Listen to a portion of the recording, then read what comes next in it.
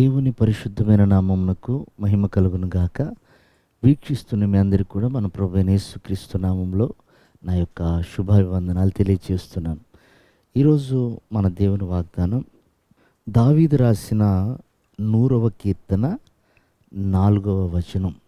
కీర్తనలు పాడుచు ఆయన ఆవరణములో ప్రవేశించుడి.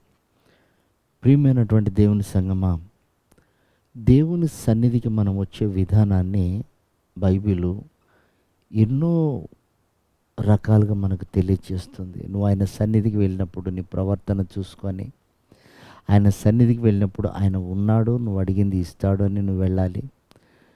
పైగా నువ్వు దేవుని సన్నిధికి వెళ్ళినప్పుడు నీ మాటలు కొద్దిగా ఉండాలి అని. ఆయన ఆకాశం అందున్నాడు, నీవు భూమి అందున్నావు కనుక నువ్వు చాలా తగ్గించుకొని ఉండాలని, ఇలా ఎన్నో మాటలు ఉన్నాయి. అందులో మరొకటి, నీవు దేవుని ఆవరణంలో అడుగుపెట్టగానే కృతజ్ఞతలు చెల్లించాలి అట. ఎప్పుడన్నా ఈ మాట గురించి మనం ఆలోచన చేసామా? చాలాసార్లు కొంతమంది ఆవేశంగా వస్తుంటారు దేవుని ఆవరణంలోనికి, కొంతమంది అసూయతో వస్తుంటారు, కొంతమంది గొడవ పడి వస్తుంటారు, కొంతమంది సమాధానం లేకనే వస్తూ ఉంటారు. కానీ ఇక్కడ భక్తుడు అంటాడు, ఆయన ఆవరణంలో అడుగుపెట్టిన వెంటనే నువ్వు కృతజ్ఞతలు చెల్లించు. 6 రోజులు కాపాడాడు, 6 రోజులు పోషించాడు. ఆ 6 రోజుల్లో ఎంతోమంది కాలగర్భంలో కలిసిపోయారు, అరణ్యములో ఆకుల వల్లే రాలిపోయారు. దేవుడు నీకు కృపనిచ్చి ఆయుష్నిచ్చి నిన్ను ఘనపరిచినందుకు నీవు ఆ ఆవరణంలోనికి రాగానే, దేవుని సన్నిధిలోనికి రాగానే, దేవుని మందిరంలో అడుగు పెట్టగానే నీకు మొట్టమొదట ఉప్పొంగవలసింది ఏమైనా ఉంది అంటే అది కృతజ్ఞతలు చెల్లించటమే.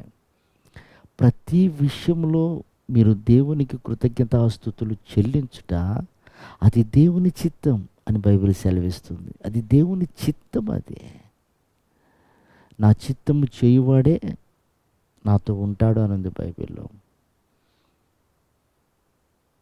కనుక ప్రియమైన వాళ్ళారా, ఏ చిన్న మేలైనా దేవునికి కృతజ్ఞత కలిగి ఉండండి.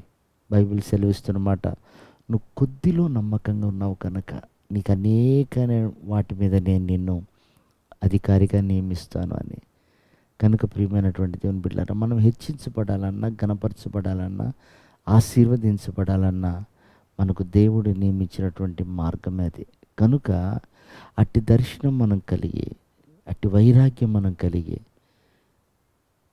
ఆయన రాకడకు మనం సిద్ధపడతాం. అలాంటి కృప ప్రభు మనందరికీ దయచేయను గాక.